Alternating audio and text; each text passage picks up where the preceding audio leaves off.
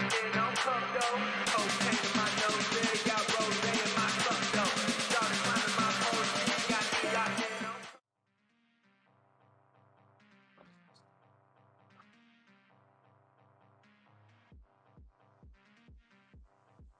on. What's that? Ah.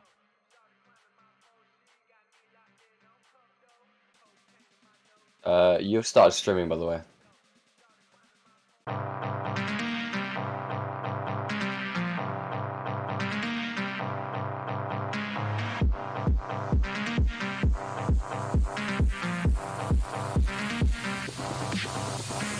Cocaine in my nose, there got rose in my cup though. Started climbing my pole, she got me locked in on cup though. Cocaine in my nose, there got rose in my cup though. Started climbing my pole, she got me locked in on cup though.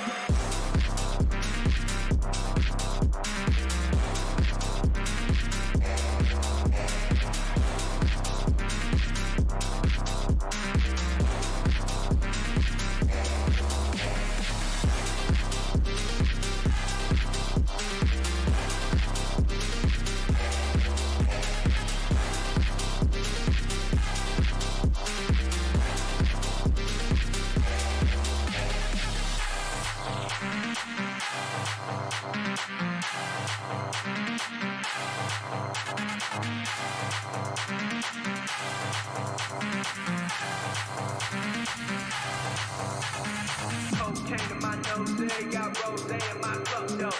Started climbing my pole, she got me locked in on cup though. Cocaine in my nose, there got rose in my cup though. Started climbing my pole, she got me locked in on cup though. Cocaine in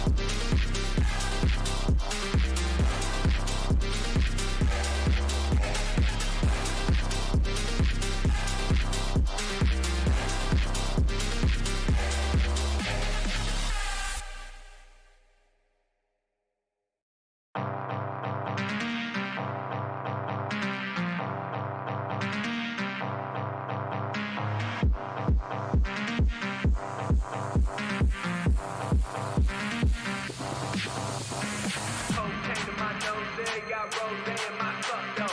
Started climbing my pole, she got me locked in on cup though. Cocaine in my nose, there got rose in my cup though. Started climbing my pole, she got me locked in on cup though.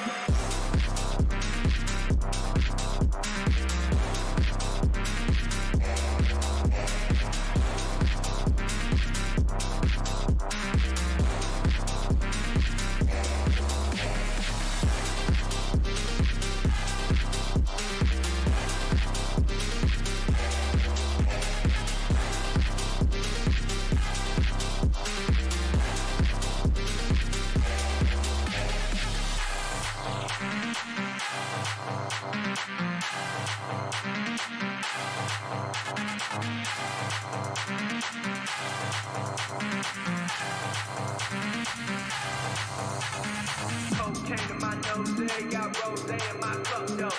Started climbing my pole, she got me locked in on cup though. Cocaine in my nose, there got rose in my cup though. Started climbing my pole, she got me locked in on cup though.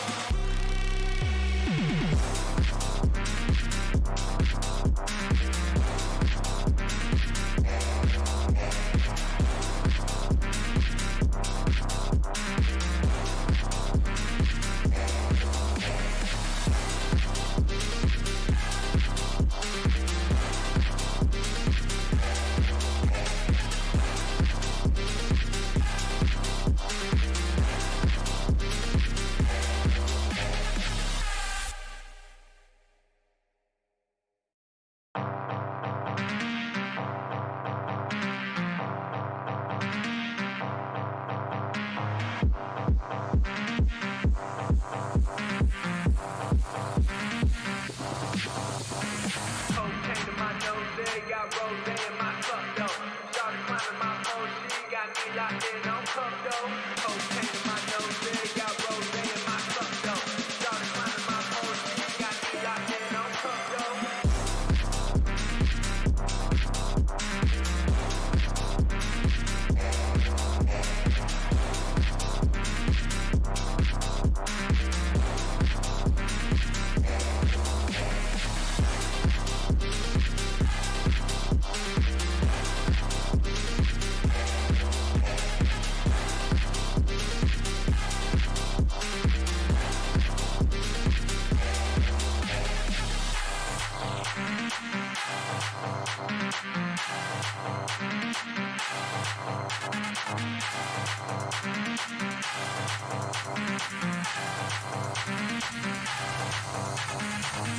Cocaine in my nose, got rose in my cup, though. Started climbing my OG, got me locked in on cup, though. Cocaine in my nose, got rose in my cup, though. Started climbing my OG, got me locked in on cup, though.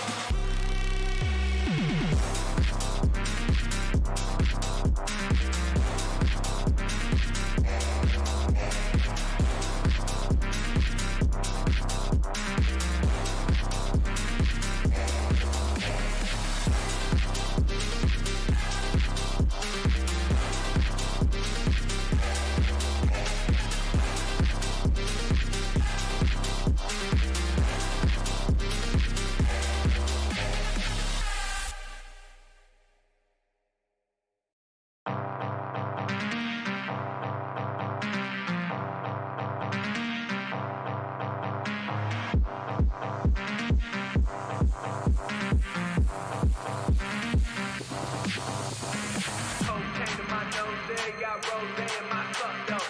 Started climbing my OG, got me locked in on cup, though. Cocaine in my nose, got rose in my cup, though. Started climbing my OG, got me locked in on cup, though.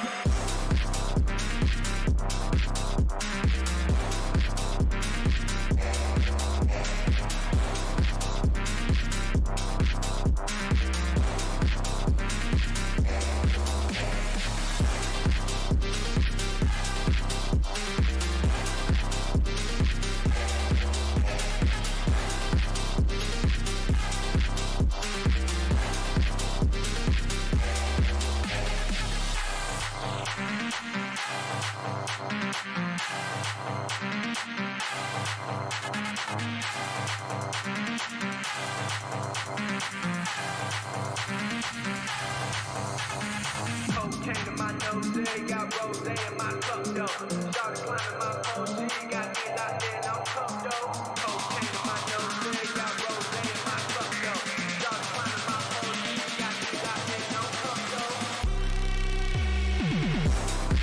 though.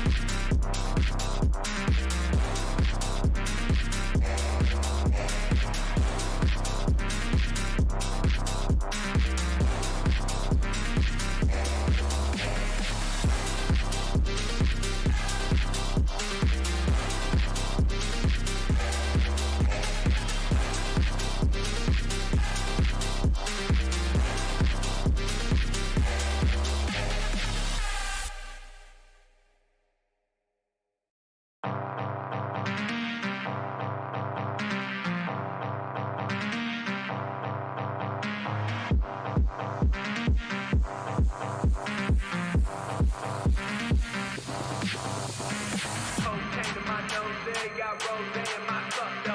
Started climbing my OG, got me locked in on cup, though. Cocaine in my nose, got rose in my cup, though. Started climbing my OG, got me locked in on cup, though.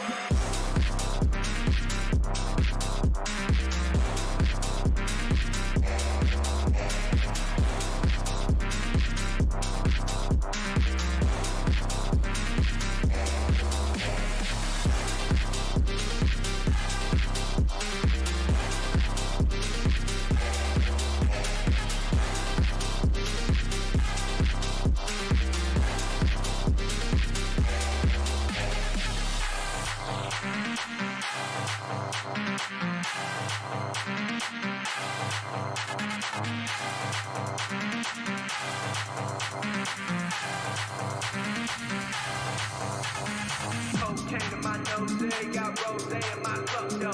Started climbing my OG, got me locked in on cup, though. Cocaine in my nose, got rose in my cup, though. Started climbing my OG, got me locked in on cup, though.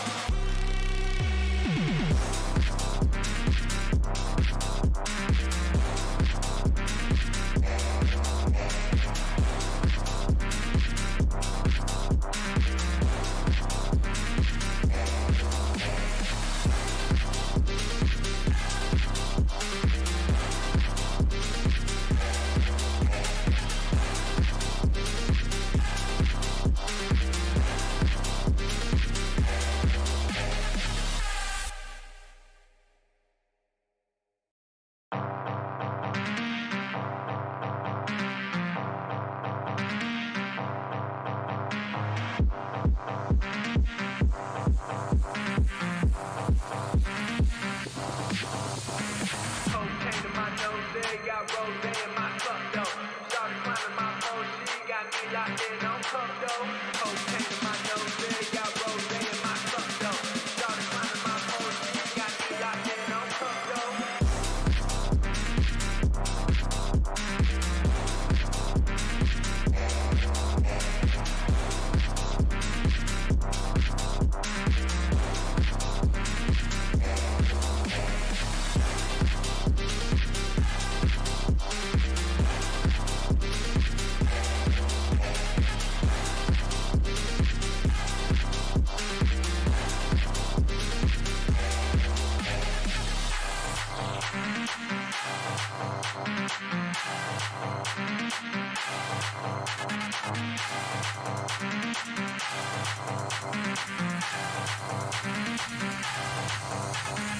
Cocaine in my nose, got rose in my cup though. Started climbing my pole, she got me locked in on cup though. Cocaine in my nose, got rose in my cup though. Started climbing my pole, she got me locked in on cup though.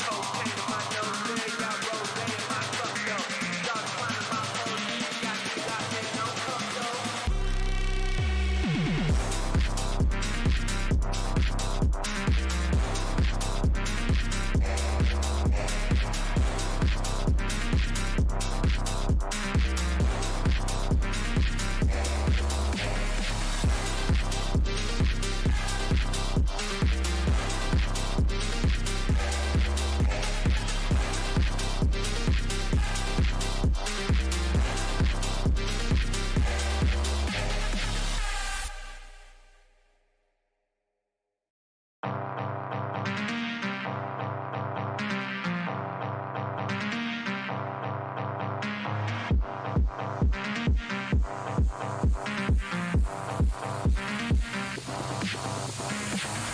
in my nose, got rose in my cup though. Started climbing my pole, she got me locked in on cup though. Cocaine in my nose, got rose in my cup though. Started climbing my pole, she got me locked in on cup though.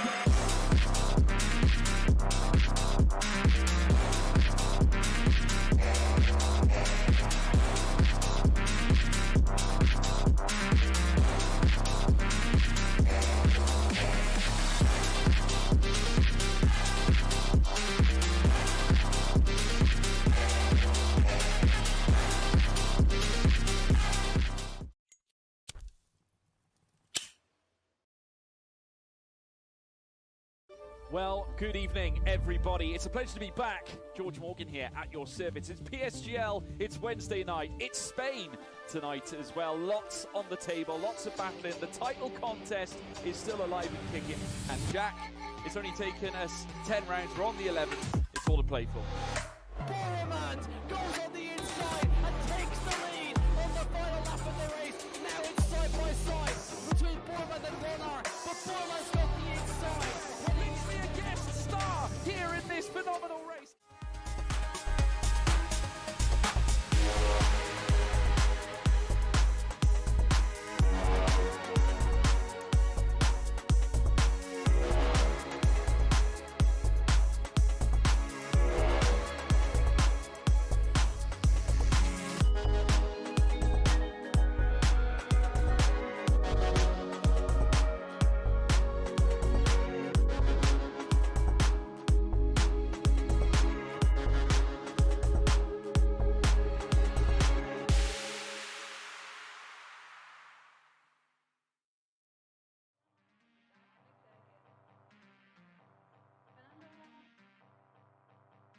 Welcome everyone to the start of PSGL F3. There we go. Are we good with technical issues now? Yeah, technical Lovely. issues over. My mic had done an update and hadn't reprogrammed itself to be the input device. We love technology. Anyway, yes, it is F3 time. It's that time again. It is F123. I think what year it was then. Jesus Christ, what has gone on with me? But yes, it is that time again. It's going to be an exciting year of league racing, hopefully, for everybody on this game. I think it's a vast improvement on F122, and I'm under the impression that a lot of the community agrees. What are your thoughts, Alex? I love driving it. It's so much better, honestly. It's just so much nicer to drive as well, for sure. We are starting in Brazil today. Not one that you really see too often at the start of a calendar, but it is a very exciting race. You don't have to go back many years to find the most exciting race. I mean, you've got 2022, 2021. They've all had bangers. 2009, you know, so many. 2010, 2014, whatever one it was. You get my point. They're all really good. So it's definitely a good track to open the season on. I'm really excited. Yes, as am I, and it is in sync with F1 this week as well, which is nice. Well, PSGL F1 that is, just to be clear. Anyway, let's crack on into things. It's time to get in game. Everybody is just heading out on their outlaps. I think that sky looks just a bit ominous, to be honest with you. And just to be clear, everybody in chat, it says Q1 at the top left of the timing tower. Do not be fooled, it is not a full qualifying format. This is just an 18-minute short qualifying. It's just a visual bug inside of the game.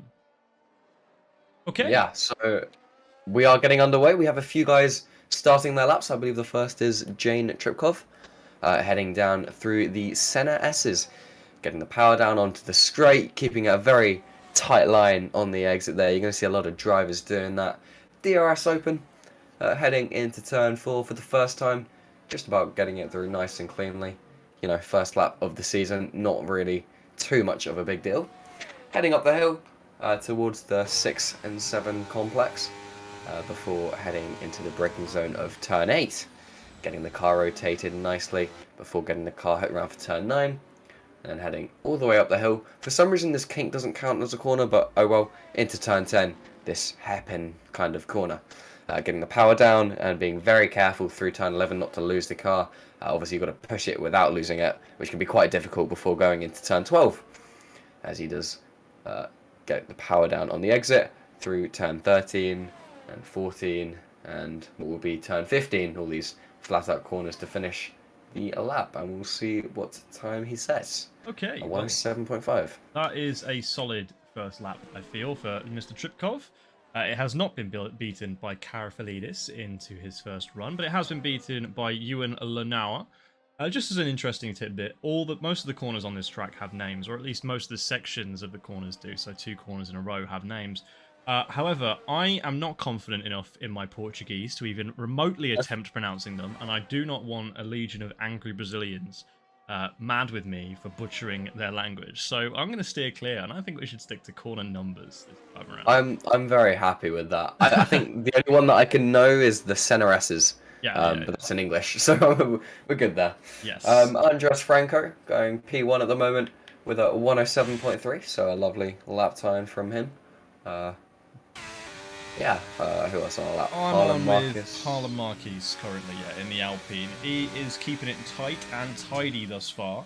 It's a lot about braking and just making sure the front doesn't totally wash out from underneath you on this track. You can approach corners, especially into the second sector, with quite a velocity, and it's just making sure that front end gets neatly tucked into the corner is really where you can find a lot of lap time. Of course, there's a bit of traction to be had here too, but not a fantastic amount. It's generally quite a low downforce circuit. And here we're going to see just how much that low downforce can come into effect with Harlem Marquez. He is got a car in front of him. It's not going to give him too much of a tow. If I'm not mistaken, that'll be Jack Humphreys or Franek Morowiak on their way into the pit lane. Not wanting to give Harlem Marquez a tow of any description. Unfortunately for Harlem, that lap time is not competitive whatsoever. It is 0.5 of a second, really, off of Andres Franco, your current provisional pole sitter.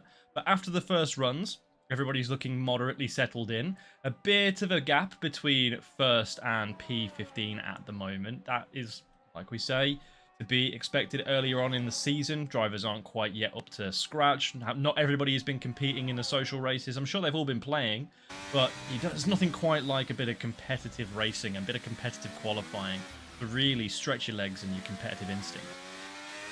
Yeah, definitely really important to warm up to this game, especially because, there's all sorts of new physics on the traction, especially the braking. So you'll definitely be seeing drivers mid-laps. You see that on the steering wheel. I think the game shows it when you change the brake bias and the diff. I mean, there's some tracks where you have to do this on pretty much every corner to really maximize the lap time on this game.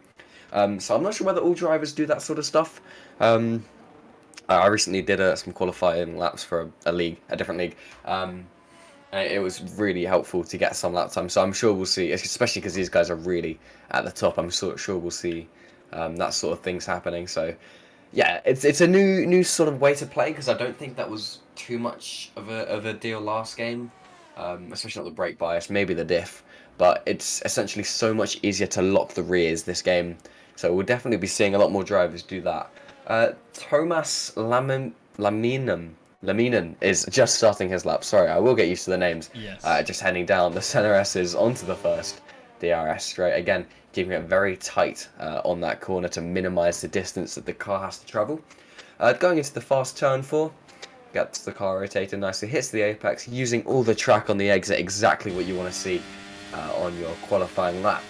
Heading up the hill, before going into another heavy braking zone, bit of traffic, but traffic's going to move up the way very nicely as he hits the apex very nicely once again, before getting the car rotated. Traction, getting traction as he loses the rear end a little bit there, going towards turn 10.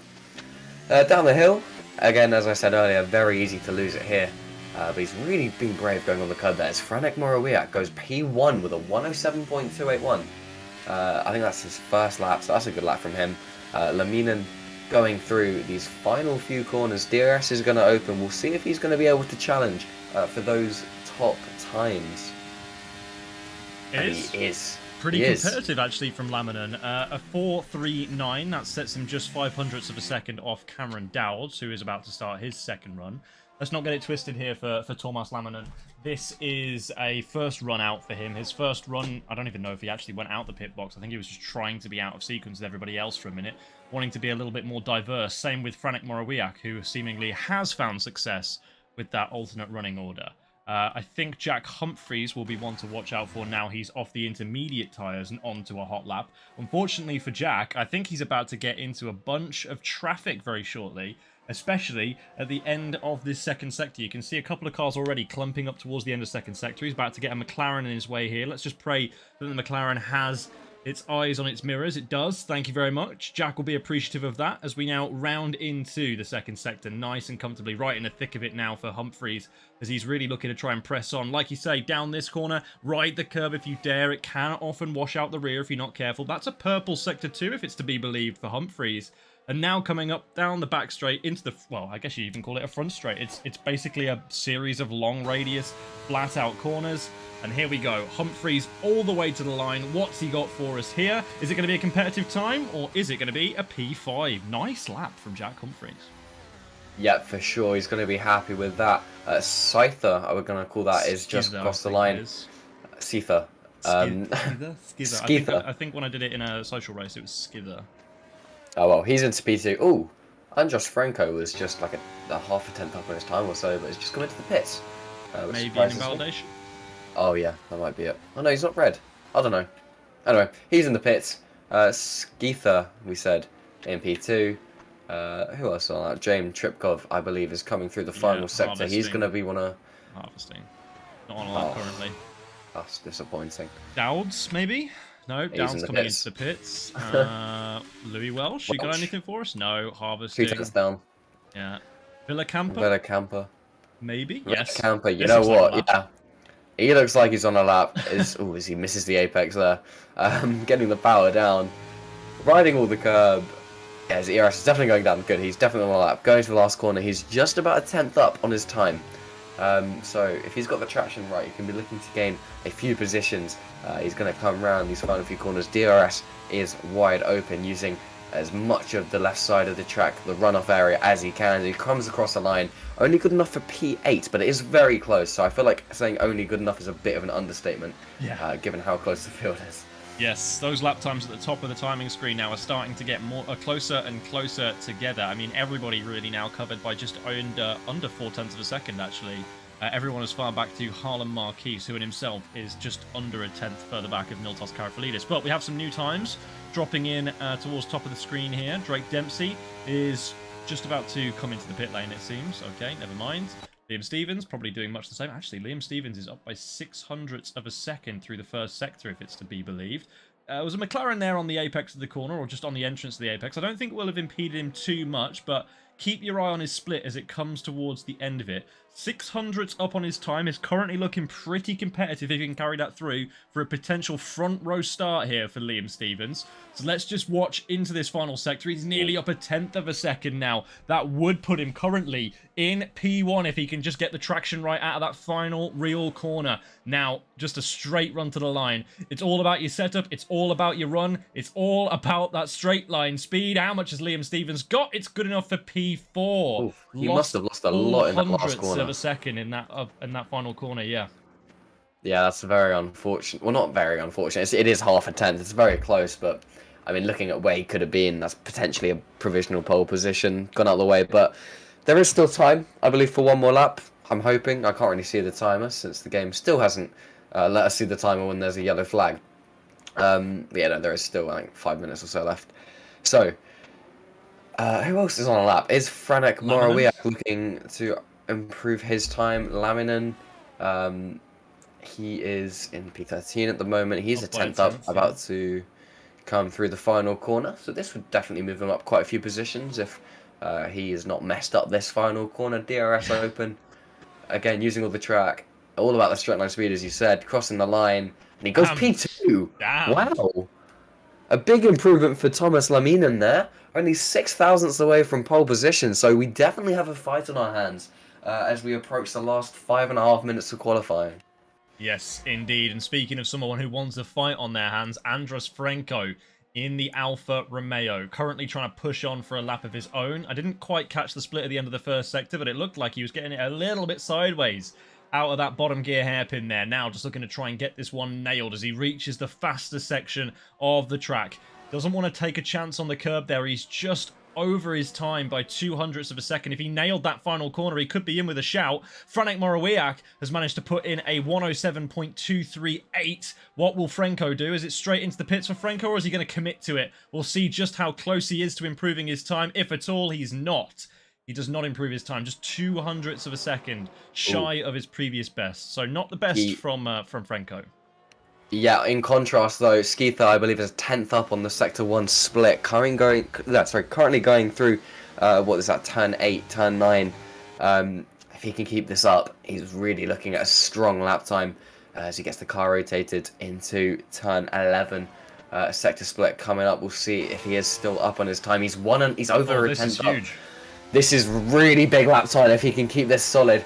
Skeether going through underneath the sponsor boards round turn 13. DRS is open, or turn 14 even, going through turn 15. All this flat out section is the straight line speed going to be enough for pole position. It is, as he goes a 107.172. And that is a solid half a tenth to Franek Morawiak in P2, which is a big gap. I believe Jack Humphreys has just gone P3 as well, with a very strong lap time. Louis Welsh goes P2 with a 107.223, but still half a tenth off, or over half a tenth off Skeether's time. So that is a very strong lap time for the provisional pole sitter. It absolutely is. The first person to drop into the 107.1s here in Tier 3. This is a really good effort from Skither. That is pretty big. Now, I'm on with you and Lenoir at the moment, and we're seeing what kind of lap time he can put together. He was just tiny amount up at the end of the first sector. We'll see whether that carries through into the second sector, because realistically speaking, that is where almost all of the time is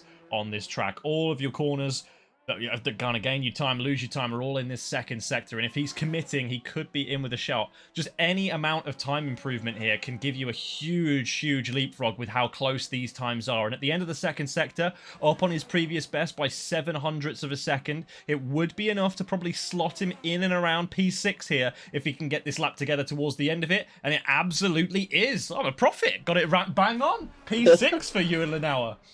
Yeah, you're lucky. If he'd gained 1,000th more, that would have been P5. Or 2,000ths, I guess, because of the order. But wow, very good lap time there to put him into P6. Miltos Karafalidis about to come across the line to finish his next flying lap. Only good enough for P11, so not really challenging for those points positions just yet. But we do still have a race to come, and we still have another round of qualifying laps to come. So definitely nothing in stone yet. Cameron Dowd, is he about to cross the line? I think he's about to start his flying lap. Yep, so coming across the start-finish straight into turn 1. Quite heavy braking zone, but you want to trail brake as you get the car rotated going through the center S's using all of the curb available. Cameron Dowles needs to make up quite a few positions if he wants to challenge for points in the race. Going towards turn 4. Getting the car slowed down and rotated nicely. Again, using all of the curb, using all of the track before there's traffic that he has to go in between. It can be very distracting, even if it's not losing him direct time. The distractions can really put him off because you've got to be keeping an eye out. You can't fully focus on your line, but he does hit a lovely apex there as he gets the car rotated, trying to carry as much minimum speed through as possible while still taking the racing line. He's really using all of the track very well here. It doesn't seem like he's forcing it. It literally is just him using all of the track, all of the time available before he comes into the final proper corner. And now it's all about the traction from here. Has he done enough to potentially gain a few positions? I didn't quite see the split there, but we'll see as he comes across the line.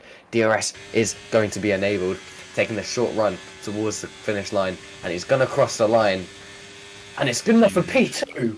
What a lap. Yeah. What a lap by Cameron Dowles. Huge lap from Dowds. At the end of that second sector was 1.8 tenths of a second up on his previous best time. Managed to find 400s in that final corner, and that has propelled him to a front row start here. Great performance there from F3 debutant Cameron Dowds. So now these final laps are starting to kick into gear. I think we got Liam Stevens, who has just started his. He's piling his way through the center S's and now through the long sweeping left-hander, in which he's going to want to try and keep it as tight as he can to get onto the Retroposta as fast as humanly possible. He is just about a tenth of a second over his previous best time at the moment, so Stevens with a lot of work to do if he wants to improve beyond P9 at this time. Coming into the second sector now, throwing the car into the right-hander, and then going to have to very quickly slow it down while trying to conserve some of that momentum to hail him through the next sequence of corners. Oh no. Nelson Alves it was about 2 tenths up on his lap, and coming out the final corner, sorry, he just, I'm not sure which Williams it was, but he collided with one. I think it was James Tripkov, and that sent them both spinning. So that's a really good lap by Nelson Alves. That could have put him, in the top 7 or so? That's completely lost, and James Tripkov isn't going to be able to improve anymore because there's just not enough time. He's not got any run. So that's 2 laps ruined there, so that's very unfortunate for both of those. Skeether also starting his flying lap. That's one to look out for. Who's near the end of their laps? Just as a note on Liam Stevens there, though, great improvement from him to manage to get through with that one. Managed to pull back a tenth of a second deficit to a 200th of a second improvement, and that gives him the leapfrog on Andras Franco. Not enough to get into the back of Ewan Lanauer, but still not too bad for Stevens starting in P8. But at the moment, as you said, Schiller looking to try and make his way even further ahead of the field, laying down the gauntlet for everybody else to chase here. Lots of people finishing up lap times here, but not improving on them by all that much. Oh, really? Okay, Villacampa has come home in P6 for the time being. There's still Andras Franco who might have a word to say about that one. Skidder has completely given up on his lap. Louis Welch is in the pit lane. Franek Morawiak has invalidated. And as such, that will conclude qualifying. Everybody has finished their times. And it will be Skidder on pole with Cameron Dowles, Louis Welch, Franek Morawiak, Jack Humphreys and Oscar Villacampa heading up that third row with Thomas Lauinen, Ewan Lanauer, Liam Stevens and Andras Franco. Andras Franco, by the way, and Liam Stevens separated by nothing. Yeah, very commanding qualifying performance by Skeether there. I mean, if there's any way to take a pole position on the first round of the season, that is it. By quite a margin, 400ths of a second, when you look at how close everyone else is behind them. So yeah, stunning lap there, fully deserved.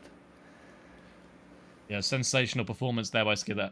He was pretty good in the social races at the start of the season anyway. I commentated one on Qatar, in which Skidder was a pretty good contender with them. I think he got taken out in the end when fighting at the front. It was a bit of a car crash generally, that whole social race around Qatar. Qatar was an interesting circuit, and I do hope we get to see it again. So yes, but there you have it. Skidder going to be the man on pole by 400ths of a second, just a further 200ths of a second back. As you can see, Louis Welch heads up the second row with Franek Morawiak just a 4,000ths of a second back. In fact, you have to go all the way back to P6 before you get a 10th behind the pole position time. And from that point, the next 3 drivers are all covered by 5,000ths of a second. 8,000ths if you go down as far as P10. It could not be tighter here in Tier 3. Brazil always produces some great racing in qualifying, and I'm excited to see the former of the two coming up next. Yeah, a very, very, very close qualifying. I mean, P9 and 10, they're getting the exact same lap time, which is always something funny to see. But yeah, definitely close racing, close times. It's going to be one hell of a race for sure. Yeah, we'll hop to a little tiny break before we get moving with the next with the next race at least. So we'll be right back just after this one.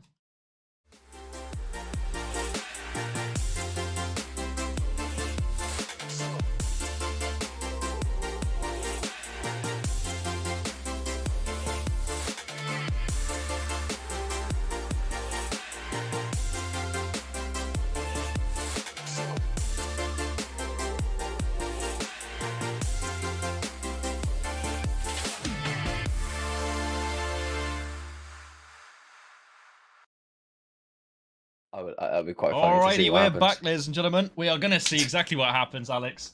It is going to be time for the race, just any moment now, waiting for players to reconnect to the lobby. For the time being, I think we should have pretty much everybody in. I don't think anybody left during that session. Did you see anybody leaving during that session? Not that I noticed. I think just the waiting for players is taking a lot longer this year I have than it used to, noticed because that. I think it goes straight to the 5 lights, so it could just happen at any moment. So feel free to cut me off. Ah, okay. Well, if this is it, we don't have formation lap by the looks of things. It's just straight away. 5 red lights. They're held for a while, and then off to the races we go. Does not bring up the spectator menu. We don't need that. But it's straight away into the first corner for Skither on these hard tyres. Pretty much everybody out of the front lot on hard tyres. There's your tyre compound breakdown. We have a series of soft runners a bit further back down the grid. Medium runners at the very back of the grid, with Bogdan Moldovan and Harlem Marquise both opting for those middle compounds. But for the time being, it's Skither who's made the breakaway. Louis Welch has managed to slot in behind, getting a jump on Cameron Dowds off the start. Franek Morawiak has not been caught sleeping either, as he's now slotted himself into 4th place. Everybody just trying to find their place in this race at the moment, and it's going to take a little bit of time for things to settle down, especially with these soft runners looking to try and make headway in this opening lap with these hard runners out front.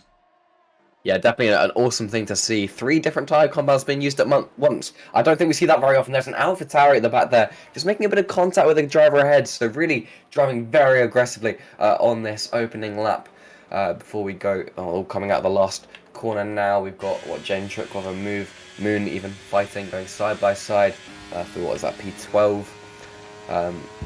Yeah, further up ahead, it's a great start for Louis Welsh. He got himself into P2 very quickly. So he'll be looking to gain further from that. Andres Franco currently going down the inside of Evan Lenore, going into P7, and that's definitely the soft tyre advantage really being shown there, showing how much of an advantage that can be. I expect he's probably going to go for a soft hards. I don't think the 2-stop is the way to go.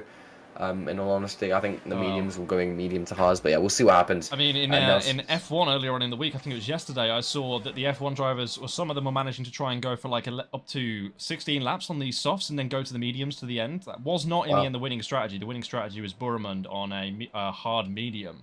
But the soft medium around Interlagos apparently seems possible. So we'll see how it goes. There's going to be a huge variance in tyre strategy, and Andres Franco making that strategy work as he goes by Jack Humphreys, who didn't really put up much of a fight. I think he realises that there's a soft tyre runner behind him. He's going to get by one way or another, by hook or by crook, so he might as well just let him go, try and lose as little time as possible, and hope that maybe if Franco forces a move on Villacampa or Morawiak ahead, that Humphreys might be able to slot on by. Yeah. Yeah, the softs are showing really useful here. We'll keep the tyre thing up on the side of the screen actually for the viewers. While there's a lot of discrepancy with tyres at the moment, with people using different sets, I think it's best to keep everybody informed as to what the current tyres are. I know it takes up a lot of the screen, I know it looks a bit ugly, but we'll just try and live with it for now. But for the time being, it looks like Andres Franco on the move again, up the inside this time of Villacampa. Gets a little bit squirrely on the exit, and that almost gives Villacampa a way back along the inside or the outside of him, but decides to think better of it.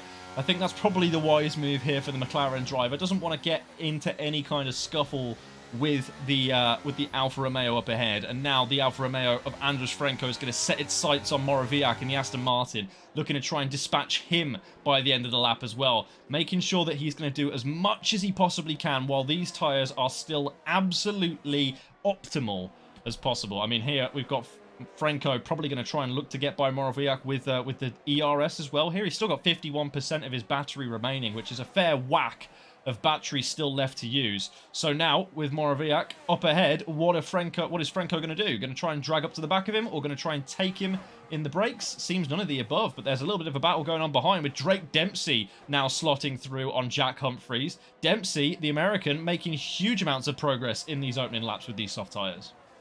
Yeah, great start for those two soft tyre runs. If you want to see a good race, definitely watch along with those guys, making tons of positions.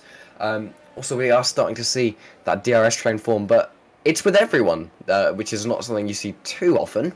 But everyone being in the same DRS train will really help with that tire. It'll help the tire advantage really come into play. So if you're on the softs and you're in this train, you're going to find it a lot easier to overtake. With the DRS and then the extra grip in the corners. In the meantime, I think Moon and Liam Stevens fighting for P13. They're really trying to get those positions early on. The tyre advantage, really trying to make the most of it, as you said, before they really start to wear off. But yeah, it's definitely softs. I mean, softs and mediums, especially the softs, looking really, really good in this first stint as expected. So we'll just see if they're able to do the soft hards or even soft mediums, because if they can, the tyre advantage is definitely seeming very powerful. As I think there's like Drake Dempsey getting past Oscar Villacampa for P6, so that's a good move by him, and he's got Andres Franco in front of him also on the softs, and Franco is looking at Franek Morawiak. Not really closed in too much, the gap stayed at around 4/10. But then I guess that's it. That is expected. Obviously, when everyone's in a train, there's not really too much that you can do to a point where, obviously you've got to stay behind until you overtake. But yeah, so definitely a good start for these soft tyre runners. Yes, definitely a strong start for these guys. But for the time being, you have other drivers on the soft tyres who have not made quite so much progress. You have a little trio of them. Nelson Alves, Jane Tripkov and Moon, all of which on these soft tyres at present, but not being able to make any progress. They've got Thomas Laminen up ahead of them, and he seems to be acting as a bit of a roadblock on those hard tyres at the moment. None of these guys on these red banded rubbers have been able to get by at this time, and I think they're still looking for a way by as well, especially a safe way by with these ERS, DRS all kicking about. Everybody in that train, as you've mentioned, Alex, it makes that overtaking just that little bit more difficult if you haven't got the battery advantage, or if you're not willing to use that battery at this stage in the race. Yeah, for sure. Nelson Alves, not really with much battery, so he's definitely going to find it difficult to overtake. Behind him, though, I think that's Moon and the soft tyres getting into P13. But yeah, you're right. ERS, obviously a very big factor when everyone's got DRS. So it's about when to use it, when to harvest, when to save. But yeah, a lot of drivers already with barely any battery, like Jeremy Tripkov has used all of his battery, which really is not going to help him come the latter stages of this race, or even just from immediate effect. Not having that battery can really leave him vulnerable, especially when his tyres start to drop off. Andres Franco gets a bit of oversteer there, loses grip, and he's now lost a position to Drake Dempsey. So possibly those soft tyres already starting to wear off. He did not have the grip he needed, and he has subsequently lost a position. He's potentially losing another position to Oscar Villacampa, who's also got a great run on Drake Dempsey. We might even see him going up the inside of there, but Andres Franco lost 2 positions. Oscar Villacampa does back out of the fight for P5 for now. But yeah, those soft tyres potentially really dropping off as Andres Franco losing another position potentially to Jack Humphreys, but Jack Humphreys goes off the circuit and is now potentially vulnerable to Ewan Lenore. Ewan Lenore going for P7 against Andres Franco, ran the outside, can't do it. Can he get the switchback? Oh. He does. Well, he might get the switchback here as the power is down, and they're going side by side up the hill towards turn 7 up the hill, and he has got the position. So Ewan Lenore with a lovely switchback move there to get into P7. I think the pain might carry on coming here for Franco as well. He's getting looked up and down by Jack Humphreys like he's looking a bit racy for it. This reminds me of Sainz this weekend at the British Grand Prix, and that one, I think it was lap 44, just gets mugged several times in the same lap, just falls backwards. That seems to be what's happening here to Franco. Either way, Dempsey did look, when he was behind Franco, to have a little bit more pace than the Alfa Romeo driver on those soft tyres, and hopefully that means that he can get a little bit of progress made on Frank Moraviak. But up ahead now, it's going to be Jack Humphreys looking to try and get his muggings on over Andres Frenko, and has successfully done so.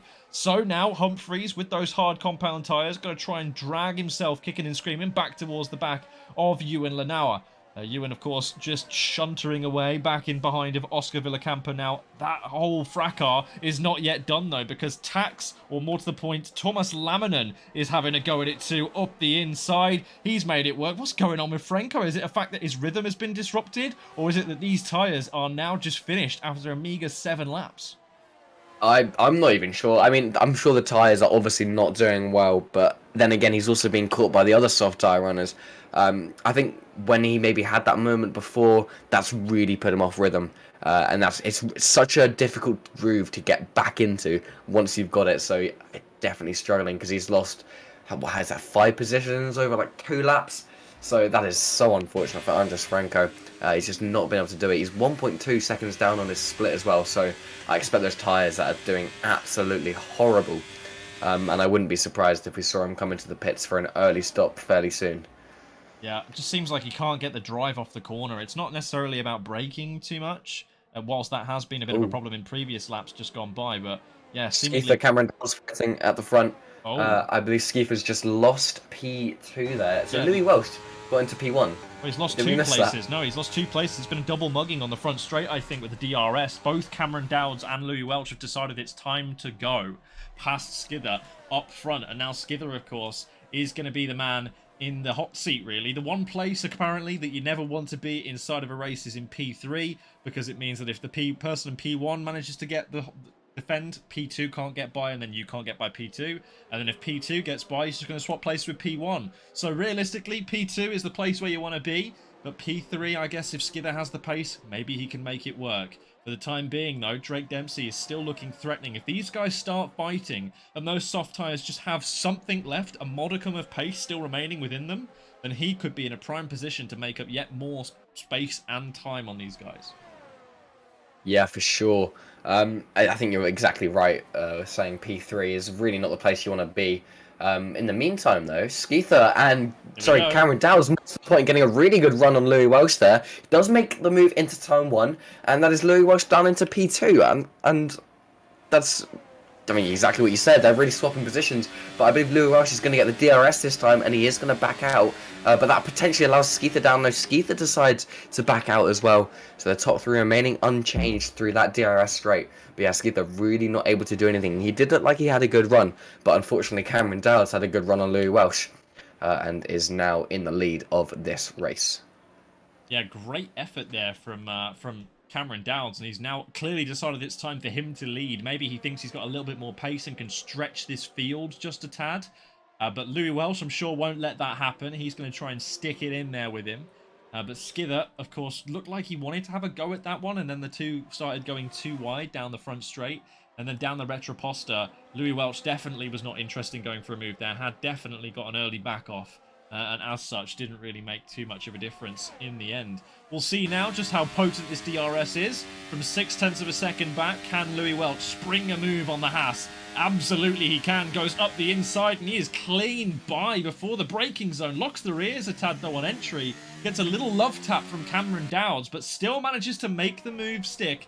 Louis Welch holds on to P1 for the time being, but now back down the Retroposta. Is Cameron Dowds going to be interested in a move on Louis Welch? It seems not. Everybody holds station just for another lap longer. Yeah, nice move from Louis Welsh there. Just had the drive, had the DRS, had the battery. A nice clean move, not going to cost them, not going to cost either of them any, well, much, if any, time at all. In the meantime, I think if you look at the telemetry of the guys, which obviously I've been doing, they really, a lot of them seem like they are just lifting and coasting. They're not going full on into the corners, so really showing that they potentially have more pace. But in the meantime, Louis Welsh looked like he went a little bit wide there, just allowing Cameron Dowds to have a little look. But Cameron Dowds not really doing much. But yeah, so what I'm saying is there's potentially a lot more pace that can be unlocked by the guys behind if they really start pushing. But obviously when you're in a DRS train, it's not exactly necessary. But yeah, definitely something to look out for. Those guys behind, seeing what they can do.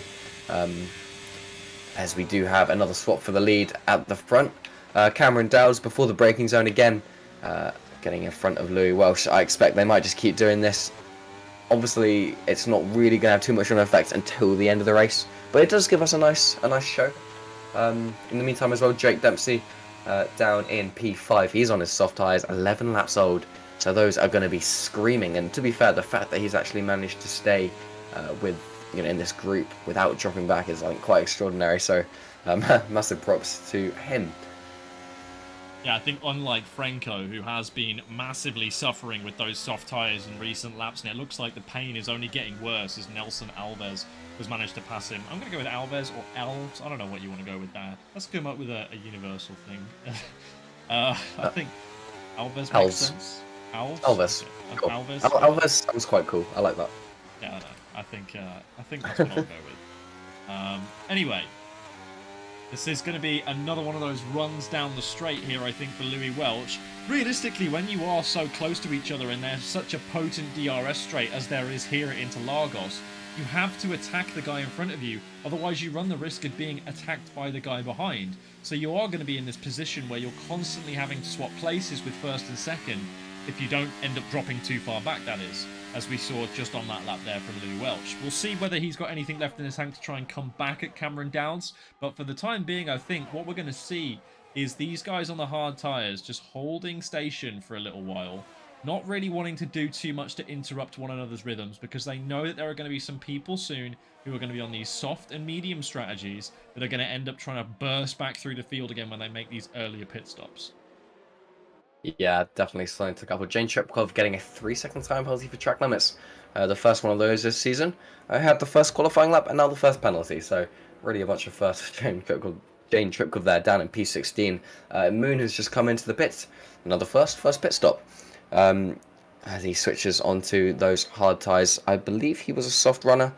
So that's pretty much as expected. Those softs were certainly not in their best days, so yeah, definitely the right time to pit. Also, the undercut is so much more powerful in this game than I think we've seen in previous ones. So I mean, potential seconds can be going through that, and when you're in a DRS train, I mean, maybe it's taken less because obviously you have everyone else's DRS putting you along and you don't, but it still can be very powerful there. Jane Tripkov also into the pits. Will probably, I believe, obviously will be putting on the hard tyres as well. Two stop, definitely not the way to go, as he does go into the pit box, and I take that back. It's a set of mediums going onto his car, so he really thinks he can take the mediums 22 laps. I mean, if you've done the soft 14, I mean, why not? And it's also an advantage to Jane Chipwood, but as I said, there's that undercut, very powerful there. I'm not sure exactly how close they were before then, but there is definitely a few seconds separating them now.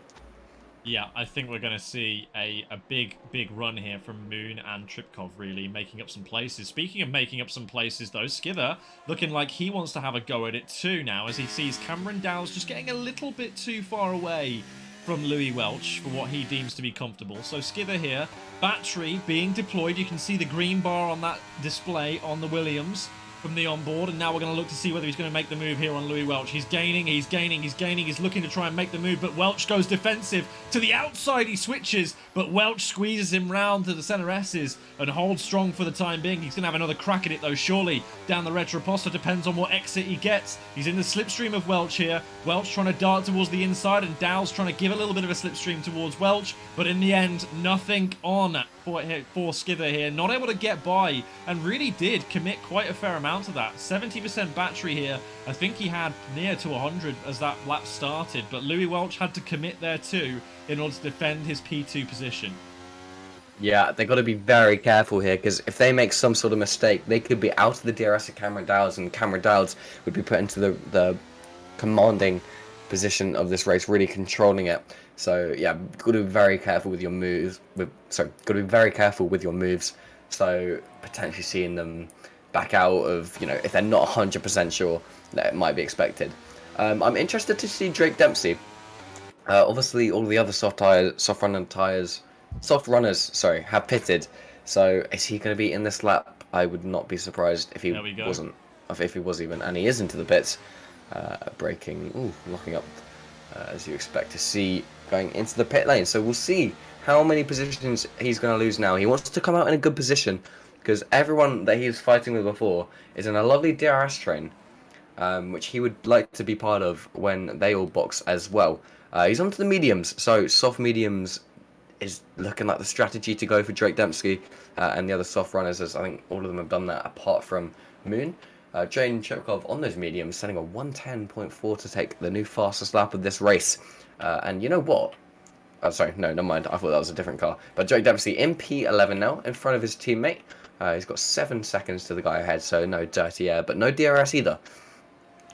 So if he can make these medium tyres count, and I expect he will, those hard runners still have at least another 5 laps before they have their pit stop. Those mediums are going to be faster than those hard, so he's going to be able to make up a few positions if he's able to be faster than what they get with the DRS, which I expect they will, because the tyre, as I said, the undercut is very powerful here. So, I mean, Drake Dempsey, if he can... Oh, Dowd's into the pits. So is Moroviak. We saw it already on that previous lap. A bunch of hard runners diving into the pit lane to see if they can get themselves or protect themselves from the undercut of these other soft tyre runners. But it seems that that fear has been realised for a few of the front guys now, as Moroviak jumps into the pits and Dowds, the race leader, jumps into the pits as well. So now you've got Welch and Skither up front. How long did they dare to go on this set of hard tyres? Generally, I think you'd want to go longer, right? So you can fight right through. They risk onto the softs. No. That's what I'm thinking, but if they went into the softs, then at the end they would just be absolutely messed, so there's no point doing that. But if you leave it any longer, you're just going to be completely susceptible to the undercut. So I don't think you really want to go too long. I mean, as I said, it's such a powerful factor in this game, as we have a yellow in Sector 2. I believe is that Andres Franco? Oh no, he's fighting. I don't know what that was. In the meantime... It wasn't McLaren, I think it was Karafalidis. Oh.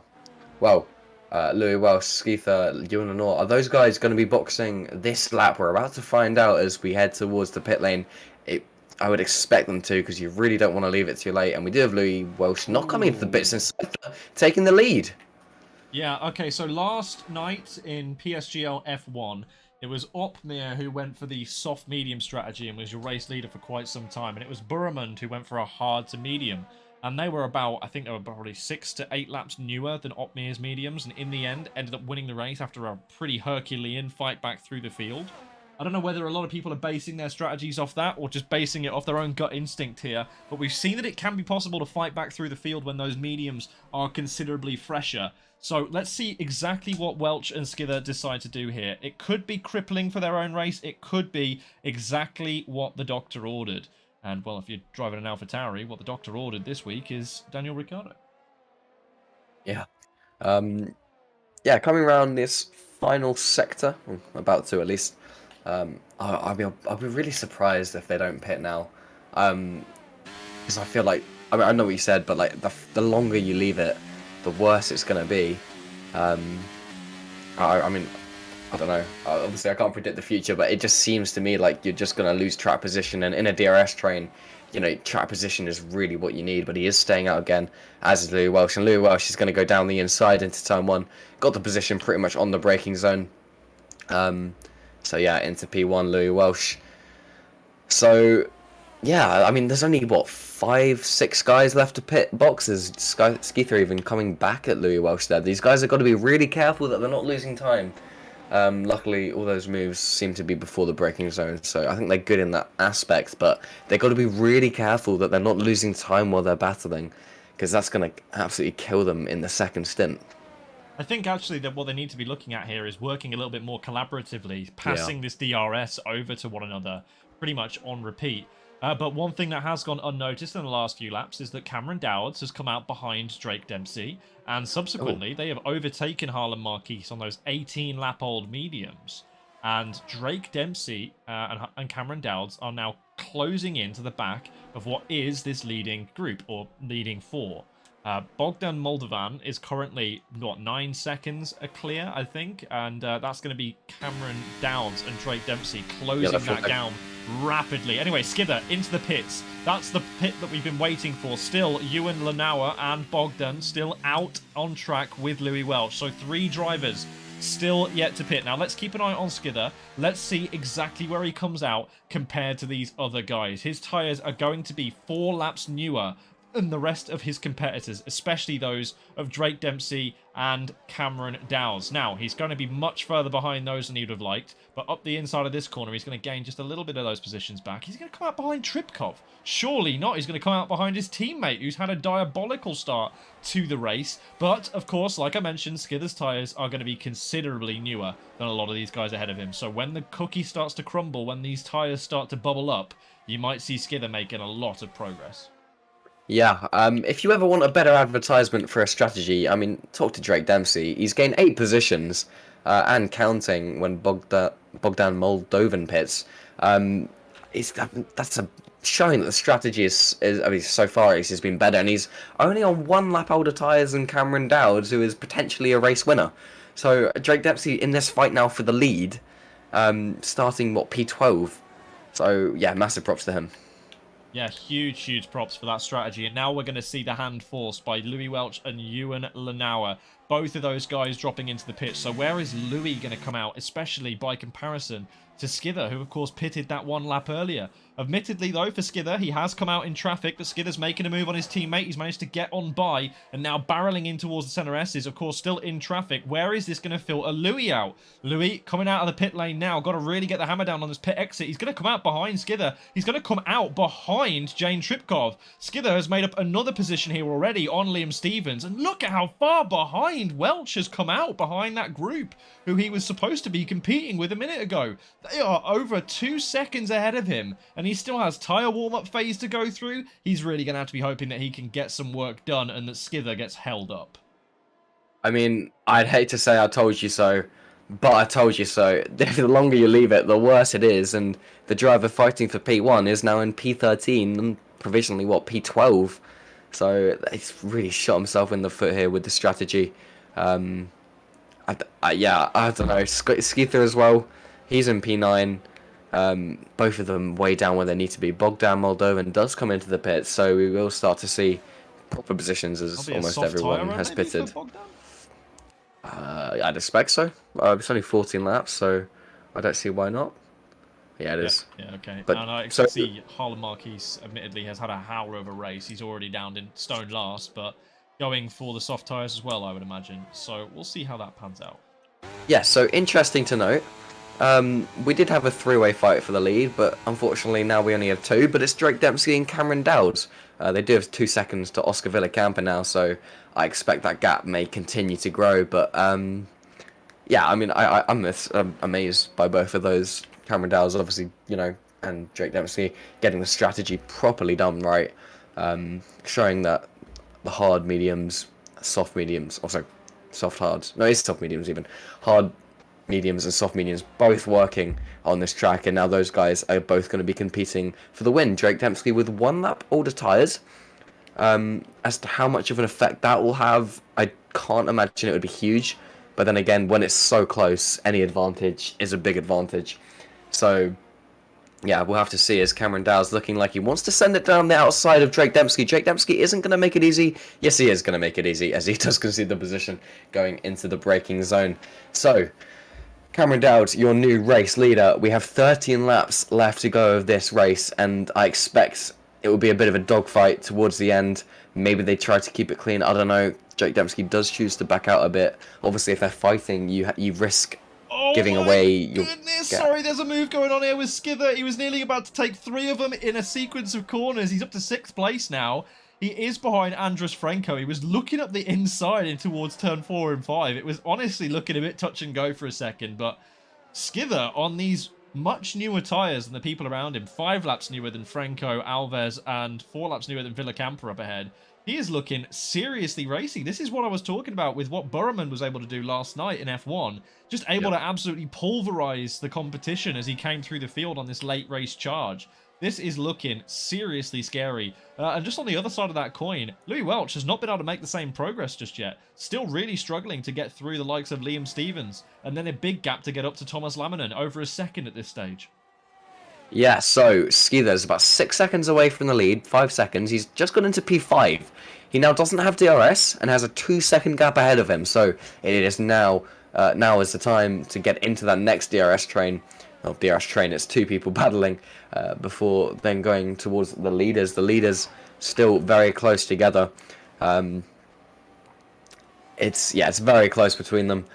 Skither, I mean, if he can win the race from here, that's one heck of a comeback. In all honesty.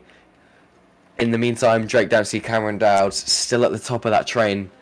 Still at the top of the race even, fighting. I do expect Drake will just kind of stay in P2 here until the end, until it matters, because you don't want to risk losing the gap to the guys behind, and you also don't want to risk any sort of damage or spin or any sort of thing like that.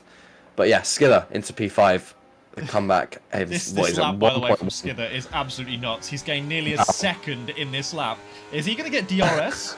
I don't know if he's going to get DRS here. He does. He's got it. He's going to get it. That's unbelievable from Skither. He had no battery to play with at the end of that lap, by the way, when he was fighting with Franco and the like. And he's come up over a second to these guys. What's happened? What's happened? That's Thomas Laminen in the last corner. Debris all over the track. He's just hit. That is a full course safety car with 12 laps to go. I expect everyone will strap on a brand new set of soft tyres. That has really changed things. Drake Dempsey's strategic masterclass kind of neutralised now, and I mean anyone could win it from here. Anyone in that top 5 group. Let me introduce you to somebody called Moon, who's just gone into the pits with Louis Welch because they were at the time where they could pit with that safety car. They were behind where the accident happened. They are now already on the soft tyres. So they are going to have a bit of an advantage here with the fact that they just get to catch up to this safety car queue in a minute when everybody else either has to make a decision of staying out or going into the pits. Jack Humphreys goes for the medium tyre option here because he knows this is going to last a little bit more than 7 laps, which is what we saw for those soft tyres being pretty poor. Yep. Miltos Karafalidis has just got a 5-second penalty for a severe collision with Ewan Lanauer. I'm not sure what that's all about, but when under safety cars, even the slightest of taps can be considered a pretty hefty whack for a safety car. I don't know why the game considers it so, but also, to be fair to them, if you can't drive under a safety car, I do feel like you kind of deserve a penalty. So no pits here, by the way, for Skither. No pits for Nelson Alves. No pits for Cameron Dowds. It is going to be Drake Dempsey who slots into the pit lane. Oscar Villacampa, Franek Moraviak, Liam Stevens. The whole shebang. Everybody's slotting in now for these soft tyres, but some of the grid has elected to stay out. I'm now thinking that might be... it's difficult. I mean, Drake Dempsey is only in P7. Bogdan Moldovan, can we just say, is in P6 with only 4 lap old softs. Obviously, they dive quickly, but that is still... I mean, if he can keep track position, that's good. But Drake Dempsey on the fresh soft tyres, I mean, it is old mediums, so it's potentially possible that he can really use that tyre advantage to get ahead. But then again, he is 6 positions down on the lead. Track position has not been nice to him at all. So maybe staying out is the way to go. Maybe not. I mean, if Cameron Dowds, we've seen that he's got pace. If he can break a DRS train early to Nelson Alves and use that, he could potentially control this race again and win this race. So it's definitely a fight in our hands. You've also got to remember, only 6 lap old mediums for Skither in P3, who is certainly going to want to have his say when it comes to who wins this race. So I could definitely expect to see him sticking with Cameron Dowds and getting past Nelson Alves pretty quickly. Yeah, I can definitely see that happening. I can see Drake Dempsey having a bit of a masterclass here as well. If there are enough laps left after the safety car, I think he is in a great position. I think for Moldovan, I don't think he's in as good a position considering there are already 4 laps, now soon to be 5, on those soft tyres. Not that that's obviously going to play like a particularly huge role when we look at in the grand scheme of things, but I think those 4 laps on any other tyre wouldn't be too extreme. But we've already seen that there can be a bit of a difference between the medium tyres when they're just 4 laps different. So you've only got to imagine that gap on the soft tyres is going to be exacerbated and kind of like extrapolated out to be even worse. We have seen with those mediums. So I don't think Dempsey will have too hard of a time battling past Moldovan if he does put up much of a fight. I think the real fun for Dempsey, where he's going to find himself just flying past people, is if he can get up to the back of Franco, and pretty much everybody upwards of Franco is going to be in some real trouble. Yeah, those old BMs potentially not going to be nice to him. Skitter's actually not in a bad spot either, by the way. Sorry to cut you off, but I don't think he's in a particularly bad spot with those 7 lap old mediums. Everybody else around him is 3 laps older at least, 5 laps in some cases. And in the event that those soft tyres do start to cripple themselves towards the end of the race with all the pushing and overtaking and battling they're going to be doing, Skither could still find himself in a race-winning position here. Yeah, 100%. I mean, he's shown that he's got such great pace. You know, when he wants to put his head down and start making up a bunch of time in positions, he can do that. I mean, it was like a second in the lap before the safety car that he managed to gain. So I definitely expect he's going to be fighting for the win of this race. And, I mean, especially when the soft tyres do go off, he will still have relatively healthy mediums. Obviously, they are already 7 laps old, but it was only about 5 on in actual racing conditions. So, yeah, Skither in a really prime position. Cameron Dowds only has 3 laps older tyres, so he's definitely going to be able to fight. So, Skither, Cameron Dowds, and I'd say Drake Dempsey, those who are fighting for the win, as Harlan Marcus, I believe, will retire from the session. That's normally what they do when they get a 5 seconds coming into the pits, or he's just sped. You never know. So yeah, so Skither up ahead, Cameron Dowds, Drake Dempsey, I would say are those fighting for the win. Yes, I think I would agree with you there. Not to discount Nelson Alves or Andres Franco, but they have kind of demonstrated in this race that they're not really going to be the biggest threats to the race here. I think just in pace that they've demonstrated, but also in the strategy that they've opted for here, I do feel as if they are going to be mugged a little bit. We have seen a pretty frantic amount of overtaking this race already, to be frank with you.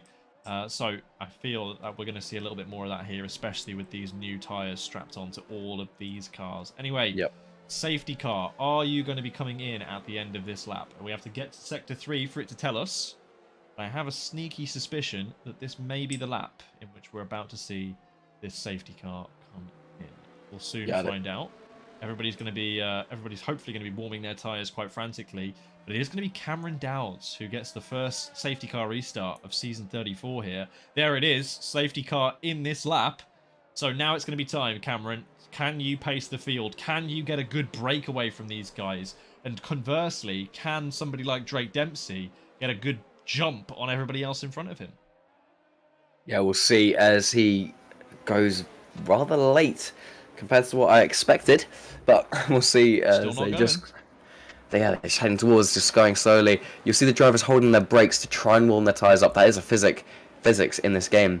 So as he does go right before the start-finish straight, and Cameron Dowds has really got the jump on Nelson Alves there. I think that's going to be about half a second potentially already, or not quite that, but he's definitely got the gain he wanted. Skither as well, looking quite close to Nelson Alves, within 2/10.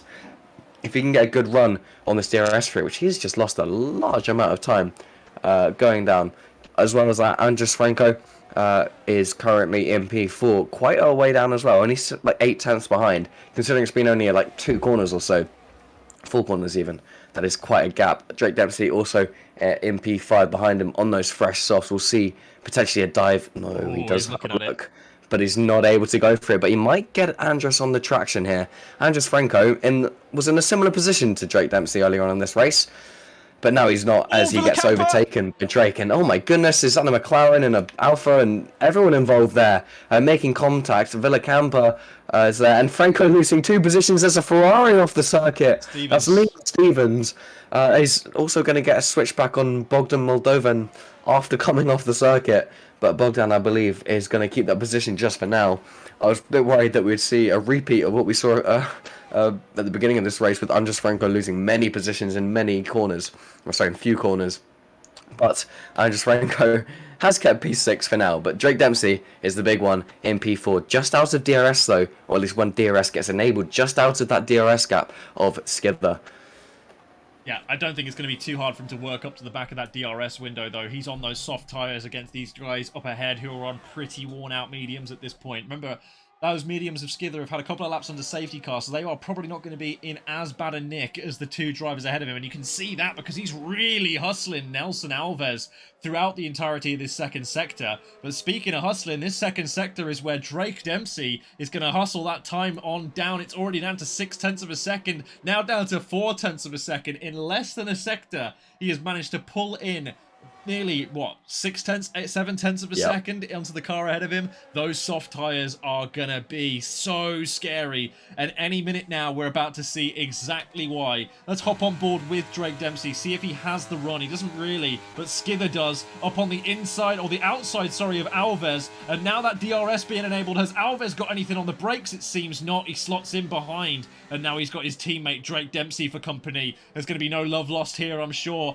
Dempsey is not going to want to wait around behind Alves for too long as he sees Skither making progress up ahead. They're side by side down the Retroposta. Dempsey pulls to the inside. Dempsey later on the brakes, and the soft tyres get it done. Up the inside he goes into turns 4 and 5, and now he'll set his sights eagerly on Cameron Dowds because Skither has slithered on by Dowds to take the race lead here. And now Skither needs to really get his foot down. Oh, it's contact between Dowds and Dempsey. The Americans going head to head. It's going to be so tight here for Dempsey as he wants to get by. He can see Skither making a break for it. Here comes Dempsey up the inside. It's tight, and he's going to be fought all the way around by Dowds. That is not what Dempsey wants to see, but he's all the way around the outside. The soft tyres, they're making it work, but Dowds still holds him off. The traction finally beats him, and it is just under a second. He will get DRS, I think, but here comes Villacampa. Villacampa wants to go at it too. Villacampa may even be the fly in the ointment. The man we didn't predict in all of that safety car restart, up into P3, looking round the outside of Dempsey, and now Skither, he's going to feel them breathing down the back of his neck. He must be sweating bullets because it's only 4 laps to go, and there are some mean-looking soft runners behind.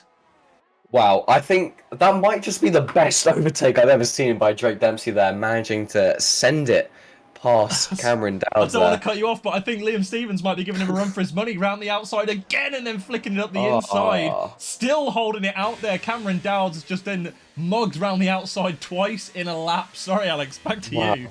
Yeah, thank you.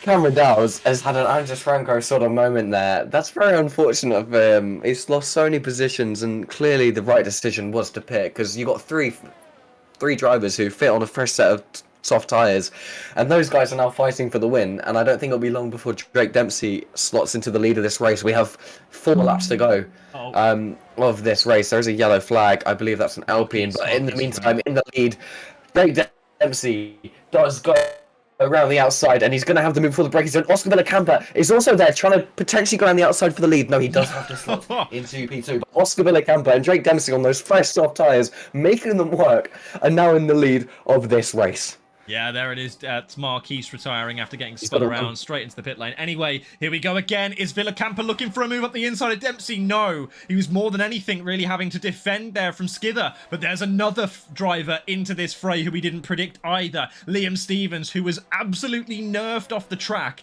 in that final sector just a few laps ago, has recovered, has recouped, and is now looking down the tailpipes of Skither in the Williams up ahead. A little bit of contact there from Villacampa and Dempsey out front, just misjudging a braking a little bit here. Villacampa really looking to press on here behind Dempsey, looking really racy, to be honest with you. I didn't know Villacampa had this level of pace in reserve, but we're already seeing the gap open up now. Stevens will want to get past any way he can from Skither because those medium tyres are hindering him so very badly. That 7/10 gap opening up, but here we go. Villacampa going round the outside. He's going to be ahead. Now Villacampa into the braking zone has got it done. Dempsey and Villacampa will continue their fight on as Liam Stevens looks to try and find his fight with Skither. Not really too fruitful at this stage. And now again, we're going to have another blow in this one. Dempsey surely going to try and find a way in and past Villacampa down the Retroposta, not close enough into the braking zone. Same story for Stevens behind.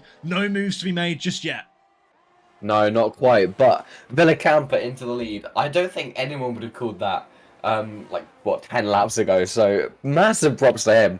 But Skither is managing to hold off Liam Stevens, which is really not what Liam Stevens wants, but Skither showing on those 14-lap-old mediums against those 8-lap-old softs that he has really got that pace advantage. He might not have the tyre advantage, but Skither is definitely going to be one to watch this season. When he gets the strategy right, I'm sure he's going to have the pace to be challenging for the win. He got an amazing pole position, and he is still fighting for the race win, or at least fighting for a podium at this stage of the race. But we are entering the penultimate lap lap 34 even. Sorry, lap 35. I can't even count.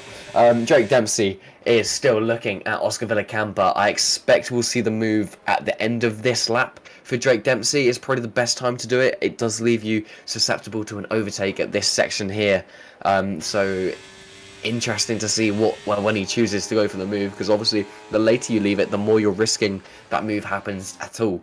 So I expect he'll just be on. They're both saving their batteries. They're both pretty much equal on battery, about 40% or so. But Drake Dempsey needs to time this right. I keep saying Drake Dempsey as well. Sorry, I'm aware it's Drake Dempsey. I don't know why I keep doing that. I think it's because I had a teacher called Dempsey. But anyway, Dempsey, Drake Dempsey in P2. At the moment, I do think we'll see the move not too far from now. Oscar Villacampa goes a little bit wide, and I think Drake Dempsey locked the rears a bit going into that corner. But now is the time where he's going to want to be close. Now is the time where all of these laps have come down to this. All the battery saving, it's all going to come now, and he does switch the battery on very early as expected, as does Oscar. But can Dempsey open the DRS and get ahead? He's going to have a run, but he doesn't use the DRS anymore, so he's going to choose to do it in the second part of this straight. Oscar Villacampa goes defensive, and Drake Dempsey tries to have a little look around the inside. Isn't going to be able to do it. Going towards this final, the first straight, the first DRS straight, where he can really try and make the move done. Drake Dempsey hasn't got the run that he's needed to just yet, though. Potentially he's seen that last lap, he's managed to gain so much that he can do it on the final straight, which would really be a Pierre Gasly, Lewis Hamilton kind of thing as we cross this line. Yeah, I mean, I'll let you take over, because I think my voice box is about to break. Well, let's have a quick look at the ERS situation. Villacampa used practically everything. There's 40% of battery remaining for Dempsey here, and Skither has held on as well. I think we've hit the crossover point. It's a bit tight. They've got a bit touch and go there for a second, but both drivers still keep it on the black stuff. Drake Dempsey now has to get this final corner right. Is he going to get the run that he has been looking for? 40% battery. Oh, it's a huge snap from Villacampa. That's surely going to put the end to his race. It's curtains for Villacampa in the McLaren, but is it going to be enough? Because here comes Skither, he's coming by 2, and it's going to be P2 for the Williams driver. Oscar Villacampa gets it all wrong on the final corner and loses out. It's P3 in the end for the McLaren. Dempsey, though, with an absolutely Herculean race. 11 places gained for the win. Soft, medium, soft, and massive, massive drive from the American. It's 2 Americans on the podium. The 1 and 2 step taken by the States, and then third for Villacampa. It's not the race that he'd have wanted when he saw himself in the lead at the end of that last lap. Wow, what a finish, what a race. Drake Dempsey from P12 on the grid to win that race. That's the comeback, that's the strategy, with the American flag on the podium as well. That's something I've not seen before. Oscar Villacampa, though, you have to feel for him. He was doing it all right until that final corner, just messing it up slightly, and that has cost him P1 and P2. But Skither as well, on those 17-lap-old mediums, he was able to get P2 with that tyre disadvantage. Absolutely massive for him, and definitely an exciting start of this season, showing that there is a lot more to come. Yeah, huge race there from Drake Dempsey. Judged to perfection. Just improves his qualifying, and he could be a real contender this season. Skither, though, I think really showed his class throughout. Obviously not on the best strategy towards the end. A few more laps, and I think those medium tyres were definitely looking already better than the soft tyres. Just had a little bit too much work to do, and as such, ended up in P2. Villacampa in P3. Liam Stevens with a pretty heroic effort to get from P9 to P2 in the end. Wilson Hall, of course, with P15 to P5. 10-place improvement. Louis Welch, who was leading at one stage, ends up coming home in 6th. Cameron Dowds, again leading at one stage, comes home in 7th. Bogdan Moldovan from 18th to 8th. Nelson Alves from 16th to 9th. To round out the top 10, Franek Moroviak. A little bit of a race to forget there for the pole. Yeah, it's such an exciting race. I actually really enjoyed that for sure. An American 1 and 2 as well. Not something you see too often in the game. So, what is a kilometre? Anyway, that is a very exciting end to this first race. I'm just so excited for the rest of the season, and honestly, I think that's really set me up. Yeah, well, we'll see. We'll see you the same time next week for the rest of the season.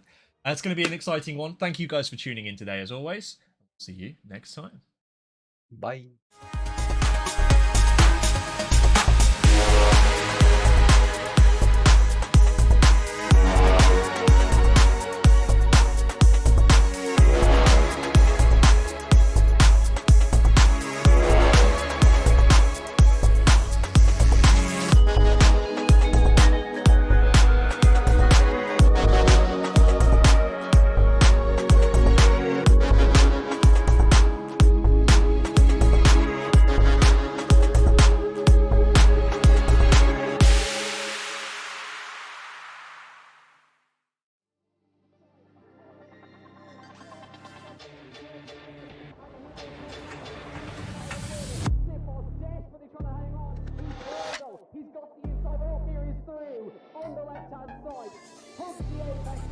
control the power nicely, and that is job done. Jarno up there now to the last couple of quarters now. His finest drive, his greatest drive, and he's done it at the Circuit of the Americas. He returns to the top step of the podium. Once again, the GOAT is back. Jarno up there wins the US Grand Prix in a stunning Grand Prix.